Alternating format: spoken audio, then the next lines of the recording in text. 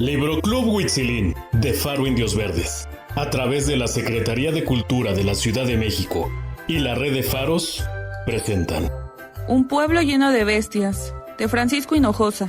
En un lugar llamado Cerro Viejo había un niño de 8 años que era el único niño del pueblo. Allí solo vivían señores y señoras, viejitos y viejitas, vendedores de frutas y compradores de frutas, 5 vagos, 4 policías, 3 ladrones, 2 taxistas y un cartero. También había algunos cuantos jóvenes de 18 años o más y otros tantos bebés. Como Cerro Viejo era un pueblo sin niños, no existían escuelas, ni columpios, ni cines que exhibieran películas para esas edades, ni jugueterías, ni vendedores de paletas heladas o algodones de azúcar. Tampoco tenía fuentes, zoológicos, parques para patinar, montañas rusas, dulcerías, toboganes o tiendas de magia. Como quien dice, Cerro Viejo era un pueblo muy serio. Los señores hablaban de negocios, las señoras iban a misa y los 3 rateros se las ingeniaban para robar cualquier cosa, para que así los 4 policías pudieran dedicarse a perseguirlos. Los papás de Leobardo, como se llamaba el niño, no le hacían fiestas en sus cumpleaños, porque según le contaban, no habían otros niños a quienes invitar. Y además porque no existía en el pueblo alguien que fabricara piñatas y globos o hiciera pasteles y velitas. Ni siquiera podían regalarle un cochecito o una bicicleta o un ejército de soldaditos de plomo, ya que esos juguetes hacía mucho que no se vendían en el lugar. Por si fuera poco, Leobardo no tenía permiso de salir a la calle. Se la pasaba de un lado a otro de la casa, del sótano a su recámara, de la cocina a la sala, del baño al jardín y del comedor al patio.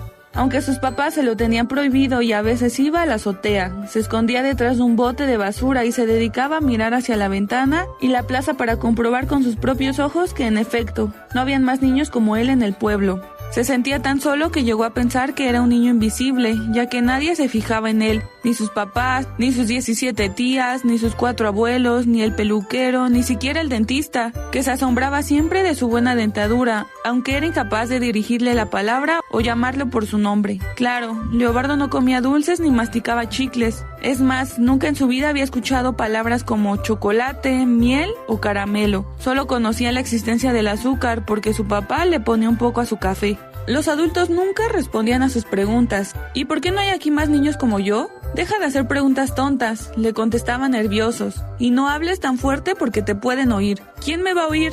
Deja de hacer preguntas tontas. ¿Cómo se juega el trompo? Cuestionaba a su abuelo cuando lo oía presumir que él había sido campeón en su infancia. No te metas en las conversaciones de los mayores, le respondía su madre y lo mandaba a dormir, aunque fueran las 5 de la tarde. Leobardo, pues, vivía triste y solitario, sin amigos con quienes hacer pasteles de lodo o treparse a un árbol o jugar a las escondidas. Tampoco sabía hacer travesuras que enojaran a los grandes. En realidad, lo único que disfrutaba en la vida era leer cuentos en los que había niños. Hasta que un día decidió abandonar ese pueblo tan aburrido e irse a buscar cosas más divertidas, como las que había leído en tantos libros de aventuras. Puso una muda de ropa en un pañuelo, lo ató a una vara larga, se la colgó al hombro y sin que nadie se diera cuenta salió una mañana de Cerro Viejo. Tomó una canoa que estaba varada y la echó al agua. No tuvo necesidad de remar, pues la corriente se la fue llevando lentamente, suavemente, corriente abajo. Al cabo de 1 hora de navegación, se quedó dormido. Al despertar, lo primero que vio fue una multitud de ojos, 17 para ser exactos, que lo miraban fijamente. ¿Y ustedes quiénes son?, preguntó Leobardo asustado y restregándose los ojos. Somos piratas, respondió entre risas un niño que llevaba un parche en un ojo. ¿Y tú quién eres?, le preguntó una niña de trenzas. Leobardo, me llamo Leobardo. Alguien soltó una carcajada. Y soy de Cerro Viejo. Huí de ahí porque es un lugar aburrido y con decirles que no hay más niños. Los 9 se miraron entre sí hasta que el disfrazado de pirata dijo: «Puedes venir con nosotros. A todos nos sucedió exactamente lo mismo que a ti. Alguna vez también fuimos los únicos niños de Cerro Viejo». Leobardo se puso al hombro un atado de ropa y tomó su lugar en la fila india. Se sentía tan extraño al estar rodeado por gente más o menos de su edad que no pudo decir nada durante el trayecto. Después de una larga caminata llegaron a un pueblo habitado únicamente por niños. Le dijeron que se llamaba Tierra Dulce. Al llegar a la calle principal se quedó asombrado de ver que en el lugar solo había gente que medía apenas un poco más que 1 metro de altura. Todos jugaban de un lado a otro, se mecían en columpios de colores, volaban papalotes y hacían grandes círculos para cantar canciones que él no conocía. Por ningún lado pudo ver señores, tías, viejitos, dentistas o ladrones. No había policías que cuidaran las calles ni coches que los recorrieran. Tampoco puestos de periódicos, carpinterías, semáforos o restaurantes. Era un pueblo totalmente opuesto a Cerro Viejo. Allí solo se oían las risas y los gritos de los niños. Pasaron como 3 semanas. En ese tiempo, Leobardo aprendió a jugar a las canicas, a treparse en los árboles, a meter goles, a reír, a cantar y a bailar. Comía, al igual que todos, las frutas y las verduras que se daban en árboles y plantas de los alrededores, y participaba cada 2 días en el grupo de niños encargado de ir a pescar. Vivir en un pueblo de niños, pensaba, es mucho mejor que estar encerrado en una casa. Y la verdad todo iba muy bien, hasta que un día, quién sabe cómo y por qué, llegaron hasta allí los papás de todos los niños. Lanzaron furiosos gritos al cielo, prendieron de las orejas a sus hijos y los regresaron entre regaños y largos sermones a Cerro Viejo para recluirlos de nuevo en sus propias casas. En un abrir y cerrar de ojos, Tierra Dulce se quedó vacía y silenciosa. En el camino, Leobardo le preguntó a sus papás por qué no le dijeron que antes había más niños en el pueblo y por qué no lo dejaban juntarse con ellos para jugar a las canicas, cantar y comer chocolates. En el pueblo está estrictamente prohibido salir a la calle con los niños. Si el alcalde se entera de que alguien saca a pasear a un niño, podría meterlo en la cárcel y luego darle crán. Y su papá se pasó el dedo índice por el cuello. ¿Y por qué está prohibido? Deja de hacer preguntas inútiles. Está prohibido porque está prohibido y punto. Al regresar a su casa lo encerraron en su cuarto con llave. Solo tenía permiso de pasar al baño, de ir 3 veces al día al comedor. A veces escuchaba cómo sus padres y sus abuelos hablaban acerca de su castigo y también de la suerte que habían tenido al no ser descubiertos por el alcalde. Y así corrieron abruptamente los meses en Cerro Viejo, con los niños recluidos en sus casas. La tranquilidad de las calles y las plazas solo se veía rota cuando alguno de los policías perseguía a uno de los ladrones del pueblo. Con el paso del tiempo, Leobardo, así como muchos de los niños que había conocido en Tierra Dulce, dejó de estar castigado y se le permitió circular libremente por su casa, siempre y cuando no saliera de ella. Hasta que un buen día, más bien una buena noche, Leobardo salió a la azotea para tomar un poco de aire fresco y asomarse hacia la calle. Entonces escuchó que alguien lo llamaba por su nombre. Como todo estaba oscuro, no supo de dónde provenía la voz. «Por acá, Leobardo, en el árbol». Fue entonces cuando descubrió al niño que se disfrazaba de pirata.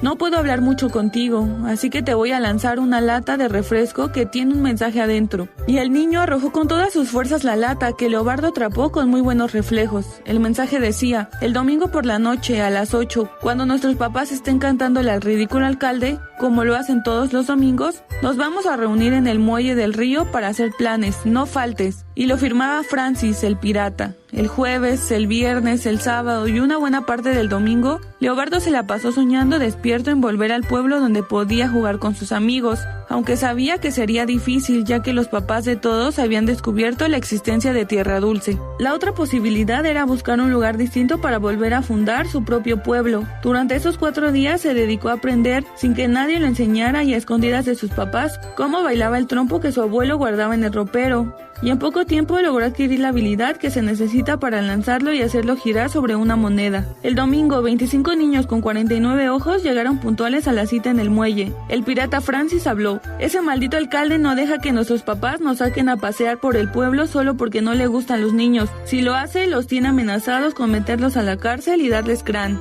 «Yo creo que hay que darle una lección», dijo Marcelino. Los ánimos empezaron a encenderse. Las más grandes del grupo, Antonia y Margarita, gritaron a coro: «Vamos a pellizcarle los ojos», que era, por cierto, uno de los castigos favoritos con el que amenazaban a quienes no les permitieran jugar en paz a las muñecas. «Hay que clavarle unas 10 canicas en la panza», sugirió el Greñas, que era uno de los más chiquitos y con mejor puntería. «Vamos a encerrarlo en la cárcel», gritó una niña llamada Flor de Jazmín. Al poco rato todos estaban dispuestos a mostrar sus mejores habilidades en el combate. Aunque Leobardo no dijo nada, guardaba su trompo entre las manos, como si fuera un arma mortal. Ya decididos a declarar la guerra, los 25 niños, guiados por la linterna de Francis el pirata, comprobaron que, como todos los domingos, los adultos del pueblo ya habían terminado de cantar y regresaban a sus hogares. Con precaución para no ser descubiertos, se dirigieron hacia la casa del alcalde. La primera en saltar la barda fue Cristina, porque ella sabía bien cómo mantener en calma a los 4 perros que cuidaban la mansión. En cuanto los tuvo controlados, hizo una seña a los demás para que entraran. Todo estaba oscuro y en silencio. Por una ventana abierta de la cocina, los niños se metieron uno a uno y luego se dirigieron a la sala. Cuando todos estaban allí, vieron una lucecita que salía por la parte inferior de la puerta de una habitación. Francis la señaló con el dedo para que supieran que había que guardar silencio. Sin embargo, en ese momento alguien tropezó y fue a dar al piso. En su caída le pegó una lámpara que a su vez se estrelló contra una mesa de vidrio. ¿Quién anda allí? Se oyó un grito desde el interior del cuarto que dejó a todos congelados. ¿Quién anda allí? Se volvió a escuchar. Pasados unos segundos abrió la puerta el alcalde. Su facha asustó aún más a los niños. Llevaba una bata azul ya muy vieja y rota, el pelo en desorden y unas pantuflas desgastadas. Tenía los cachetes gordos y rojos, las orejas casi del tamaño de su cara y los dientes tan sucios y amarillos que parecía que nunca se los había cepillado. En cuanto abrió la puerta salió con él un espantoso olor como a basurero público. En una mano llevaba un martillo y en la otra una raqueta de tenis. Al mismo tiempo todos los niños dieron un grito de terror. ¡Niños!, rugió el viejo panzón que gobernaba Cerro Viejo en cuanto miró hacia su alrededor. ¡Niños!, volvió a gritar. ¡Largo de aquí! En cuanto me entere de quiénes son esos padres tan desobligados que los dejaron salir a la calle, los voy a ahorcar. ¿Me entendieron? Los voy a ahorcar y luego los voy a meter a la cárcel. ¿Oyeron? 3 canicas salieron disparadas una tras otra, una hacia un pie, otra hacia la oreja izquierda y la tercera hacia la rodilla derecha. El Greñas había salido al frente para atacarlo. Después un balonazo le pegó en la barriga y una piedra diminuta lanzada por una resortera le dio con fuerza en el ombligo. El alcalde se quejó con cada uno de los golpes y soltó el martillo y la raqueta. ¡Al ataque!, dijo Francis. ¡Esto es la guerra!, le siguió Leobardo. 25 niños se fueron con todas las armas que tenían contra el alcalde, que al ver la furia de sus atacantes trató de regresar a su cuarto y encerrarse en él. Sin embargo, el pequeño ejército de los hijos únicos de Cerro Viejo lo derribó antes de que llegara. Por más que trataba de arrastrarse hasta su habitación, más lo regresaban al centro de la sala para que allí todos pudieran desquitar en él su coraje. Mientras el Greñas le sostenía con fuerza los pies y Clarita las manos, Vicente le disparaba con su pistola de agua. Al mismo tiempo, Margarita y Antunia le pellizcaban los cachetes y las orejas. Cuando el alcalde, en vez de seguir amenazándolos a ellos y a sus papás, empezó a suplicar que los soltaran con lágrimas en los ojos, Francis llegó con una cuerda que había encontrado en la casa y con la ayuda de Marcelino y Leobardo, lo amarraron con fuerza. Con muchas dificultades, entre todos arrastraron al alcalde fuera de su casa. Esa misma noche, tumbado sobre la plaza y atado de pies y manos, el alcalde pedía que lo liberaran de los niños. La gente del pueblo empezó a llegar poco a poco al lugar. ¡Auxilio! ¡Quítenme a estas bestias de encima! El peluquero, el dueño de la pizzería El Camaleón y uno de los 3 rateros del pueblo querían ayudarlos. Sin embargo, las resorteras, las canicas y los balones, que los niños estaban dispuestos a disparar contra el que se acercara, los hizo echar marcha atrás. Los papás de los 25 niños trataron al principio de ordenarles que dejaran en paz a la máxima autoridad del pueblo, pero los vieron tan decididos a defenderse que en poco tiempo se convencieron de que ellos tenían la razón. ¡Hay que encerrarlo!, gritó Francis. El viejo panzón fue trasladado a la cárcel y todo Cerro Viejo lo celebró. Una semana después, construyendo un gran tobogán para que sus hijos se divirtieran. El nuevo alcalde se comprometió a mantener al preso tras las rejas y no dejarlo salir ni para tomar el sol. Una sola vez trató de escapar de la cárcel, construyó un largo túnel que lo llevaba desde su celda hasta el muelle del río, pero resultó también que ese día Leobardo hacía sus prácticas. En cuanto vio que emergía de la tierra su cabeza calva, hizo bailar su trompo sobre ella con todas sus fuerzas.